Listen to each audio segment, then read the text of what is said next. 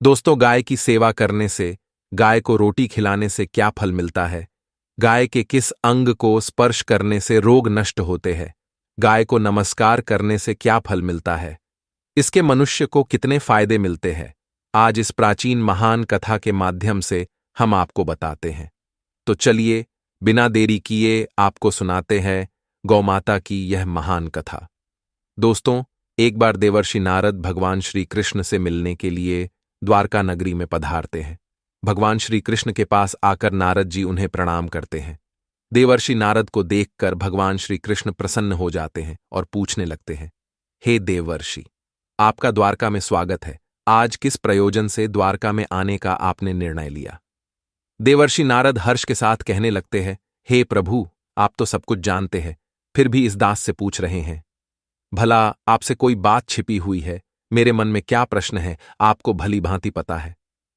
भगवान श्री कृष्ण कहते हैं, हे देवर्षि, मैं आपकी द्विधा को जानता हूं और यह भी जानता हूं कि आप समस्त मनुष्य जाति के कल्याण के लिए ही आज यहां पर पधारे हैं। आप निसंकोच होकर पूछे, आपके मन में जो भी प्रश्न हो। फिर देवर्षि कहने लगते हैं, हे प्रभु, यदि आप चाहते हैं तो मैं आपसे एक प्रश्न पूछने की चेष्टा करता हूं। प्रभु, मैं आज पृथ्वीलोक का भ्रमण कर रहा था तो मैंने बड़ा ही विचित्र दृश्य देखा। मैंने देखा कि कुछ दुष्ट मनुष्य गायों को मार रहे थे, वहीं दूसरी ओर कुछ मनुष्य गायों की पूजा भी कर रहे थे। तो प्रभु, यह दृश्य देखकर मुझे बड़ी व्यथा हुई। मनुष्य खुद के स्वार्थ के लिए निष्पाप पशुओं पर अत्याचार क्यों करता है? हे प्रभु, मेरे मन में यह जानने की जिज्ञासा हो रही है कि जो मनुष्य गाय की सेवा करता है, उसकी पूजा करता है, उसे क्या फल मिलता है, और जो पापी गायों पर अत्याचार करता है, उन्हें कौन सा दंड मिलता है। इस प्रकार से नारद जी द्वारा पूछे जाने पर भगवान श्री कृष्ण मुस्कुराते हुए कहने लगते हैं, हे देवर्षि, आपने बहुत ही उत्तम प्रश्न किया है। जो गायों को कष्ट देता है, उसे तो उसके पाप कर्मों के लिए नरक में दंड अवश्य मिलता है, किंतु जो गायों की सेवा करता है, उन्हें उत्तम लोकों की प्राप्ति होती है।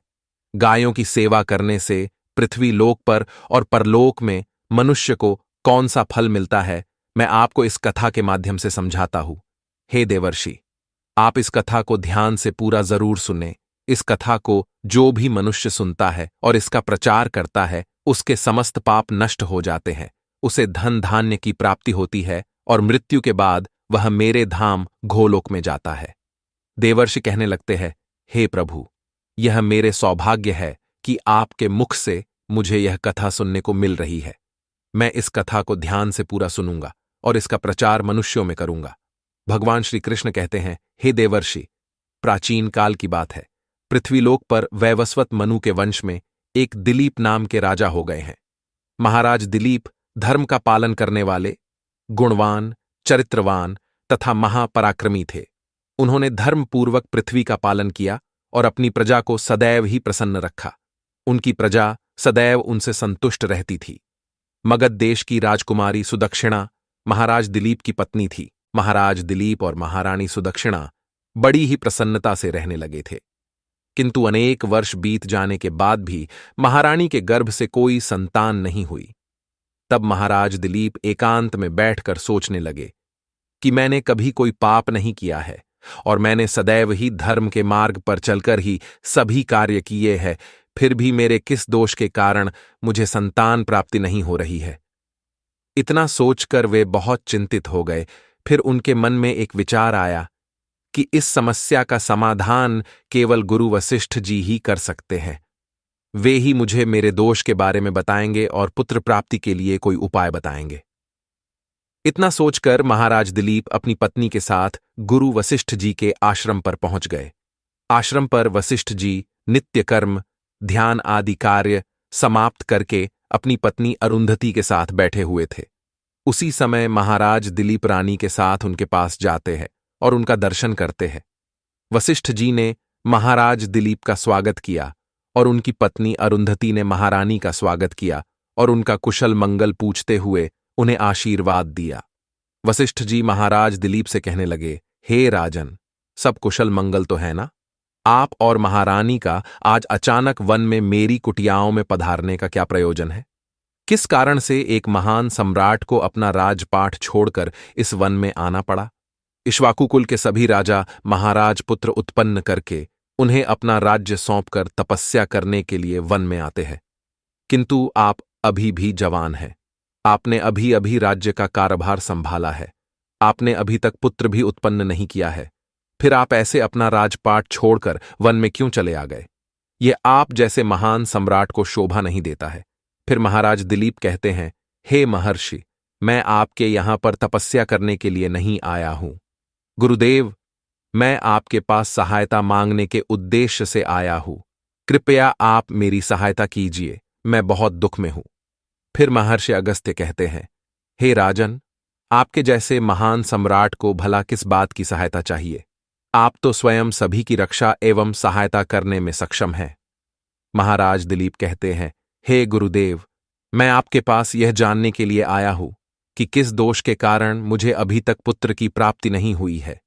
कृपया आप अपनी दिव्य शक्ति से जानकर मुझे मेरा दोष बताइए और उस दोष के निवारण के लिए उपाय भी अवश्य बताइए।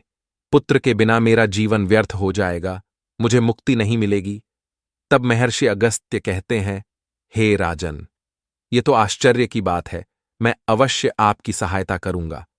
फिर महर्षि अगस्त्य अपनी दिव्य दृष्टि से महाराज के भूतकाल को देखने लगते हैं तो उन्हें राजा की एक भूल के बारे में पता चलता है।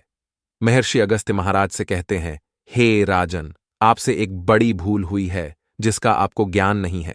जब आप इंद्रलोक में देवराज से मिलकर लौट रहे थे, तभी मार्ग में एक कल्प वृक्ष के नीचे खड़ी गाय और उसके बछड़े को आपने दुर्लक्ष्य कर दिया था।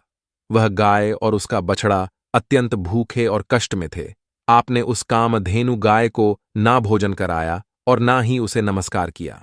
उस गाय ने आपसे सहायता भी मांगी, किंतु आप अपनी प्रसन्नता में खोए हुए थे और आपको उस गाय की पुकार भी सुनाई नहीं दी। आपकी कृतज्ञता को देखकर वह गाय अत्यंत दुखी हुई और उसने आपको श्राप दे दिया है। हे राजन, जो मनुष्य गाय को कष्ट में देखकर उसकी सहायता नहीं करता, भूखी गौ माता को भोजन नहीं कराता, उसे तो महापाप लगता है और उसी गाय के श्राप के कारण आपकी कोई संतान नहीं है। इस प्रकार से महर्षि अगस्त्य ने महाराज दिलीप को उनके दोष के बारे में बता दिया, जिसे सुनकर महाराज बहुत दुखी हुए और पश्चाताप करते हुए कहने लगे, हाय, ये मैंने क्या कर दिया? मुझ पर धिक्कार है। मेरी ही मूर्खता के कारण एक गाय को और उसके कोमल बछड़े को इतना दुख सहन करना पड़ा। मुझे तो अब राजा बने रहने का भी अधिकार नहीं है। महाराज महर्षि अगस्त्य से कहते हैं, हे गुरुदेव, मैं अपनी इस भूल को सुधारना चाहता हूं। कृपया आप ही मुझे कोई उपाय बताइए जिससे मैं इस घोर पाप से मुक्ति पा सकूं। मेरा अपराध क्षमा के योग्य नहीं है, किंतु फिर भी मैं प्रायश्चित करना चाहता हूं। फिर महर्षि अगस्त्य कहने लगते हैं, हे राजन, आप दुखी ना हो, इस दोष से मुक्ति का उपाय अवश्य है। आप मेरे आश्रम की नंदिनी नाम की गाय की सेवा करो। वह उसी कामधेनु गाय की पुत्री है जिसकी आपने सहायता नहीं की थी। अपनी पत्नी के साथ मिलकर तुम उस गाय की सेवा करो, उसकी आराधना करो, वह तुम्हें अवश्य पुत्र प्रदान करेगी। तभी वह नंदिनी गाय बाहर से उस आश्रम में प्रवेश करती है। उस गाय को आता देखकर महर्षि अगस्त्य बोले, हे राजन, देखिए, केवल स्मरण करने मात्र से ही कल्याण करने वाली यह नंदिनी गाय स्वयं चलकर आई है। आप भाग्यशाली हैं, यह गाय निश्चित ही आपके दुख दूर करेगी। आप वन में इस नंदिनी गाय के पीछे पीछे चलकर इसकी सेवा करो, जंगल में रहने वाले हिंस्र पशुओं से इसकी रक्षा करो और आश्रम में लौट आने पर रानी सुदक्षिणा इस गाय की सेवा करे। इससे प्रसन्न होकर यह गाय तुम्हें निश्चित ही पुत्र प्रदान करेगी। फिर महाराज दिलीप ने ऐसा ही करने का वचन दिया और फिर दूसरे दिन सुबह महारानी ने गाय की पूजा की और महाराज उस गाय को चराने के लिए वन में लेकर गए। जब वह गाय चलने लगती तो महाराज उसके पीछे पीछे चलते, इधर उधर से हरी हरी घास लाकर उस गाय को खिलाने लगते। जब वह गाय किसी वृक्ष के नीचे बैठती तो महाराज भी उसके साथ बैठकर विश्राम करते। महाराज उस गाय के शरीर से डांस और मच्छरों को हटाते और अपने हाथों से उसके मस्तक को सहलाते। इस प्रकार से महाराज उस गाय की सेवा में लगे रहे। जब शाम हुई तो महाराज उस गाय के साथ आश्रम में लौट आए। आश्रम में पहुंचते ही उस गाय ने अपने खुरों से महाराज पर धूल उड़ाई, जिससे महाराज का शरीर पवित्र हो गया और उसके सभी पाप नष्ट हो गए। फिर महारानी सुदक्षिणा ने आगे आकर नंदिनी की अगवानी की और विधिपूर्वक उस गाय का पूजन किया तथा बारंबार उसके चरणों में मस्तक झुकाया। फिर उस गाय की प्रदक्षिणा करके हाथ जोड़कर वह उसके आगे खड़ी हो गई। फिर उस गाय ने उस रानी की पूजा को स्वीकार किया और रानी पर अपनी दृष्टि डालकर उसके सभी दोष समाप्त कर दिए। गाय की दृष्टि पड़ते ही रानी अत्यंत पवित्र हो गई। इस प्रकार से महाराज दिलीप को उस नंदिनी गाय की सेवा करते हुए 20 दिन बीत गए। फिर 21वें दिन महाराज जब गाय को लेकर वन चले गए तो वह गाय चरते चरते हिमालय पर्वत पर चली गई और महाराज भी उसके पीछे पीछे चले गए। वहां उस पर्वत पर खड़े होकर महाराज उस हिमालय पर्वत की सुंदरता को निहार रहे थे। इतने में ही एक शेर ने आकर उस नंदिनी गाय को बलपूर्वक दबोच लिया। राजा को उस शेर के आने की आहट तक नहीं हुई। उस शेर के चंगुल में फंसी नंदिनी ने दयनीय स्वर से बड़े जोर से चीत्कार किया, हे महाराज मेरी रक्षा करो, हे महाराज मेरी रक्षा करो। जैसे ही महाराज ने उस गाय की पुकार सुनी तो उन्होंने देखा कि एक भयंकर शेर ने उस गाय को दबोच लिया है और उस गाय की आंखों से आंसुओं की धारा बह रही है, जिसे देखकर महाराज व्यथित हो उठे और उन्होंने तुरंत ही अपना बाण निकाला और धनुष की डोरी पर रखा और उस शेर को मारने के लिए प्रत्यंचा खिंची। उसी समय उस शेर ने महाराज की तरफ देखा। उस शेर की दृष्टि पड़ते ही महाराज का शरीर स्तब्ध हो गया, उनकी शक्ति क्षीण हो गई, उनका सारा बल नष्ट हो गया। अब उनके अंदर उस बाण को छोड़ने की भी शक्ति नहीं रही।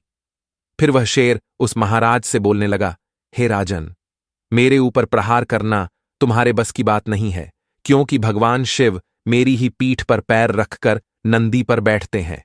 इसीलिए तुम मुझे मारने की चेष्टा मत करो और यहां से लौट जाओ।